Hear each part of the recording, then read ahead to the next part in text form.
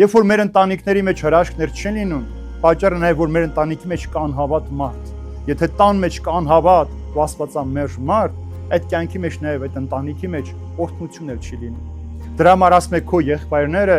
օրենք ունեն, մարգարեներ ունեն, եթե մինչև այսօր չեն հավատացել, մեկն էլ որ գերեզմաններից գնա, ասի որ այնտեղ կյանք կա, հանկարծ սխալ չապրեք, որ գաք այս վիճակին հայտնվեք, նորից չեն հավատալու։ Մեզ համար Հիսուս եկավ գերեզմաններից, դուրս եկավ, հարություն արավ, բայց մարդիկ էլի չհավատացին։ Հիսուս 40 օրեր հարությունից հետո շրջեց մարդկանց մեջ։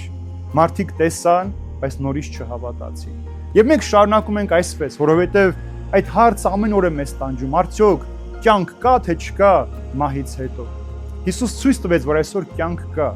եւ այդ կյանքի համար դու գին ունես վճարելու, անհոգ ապրելով, անտարբեր ապրելով, առանց հոգուտ մասին մտածելով, դու չես կարող այդ կյանքը ժառանգել։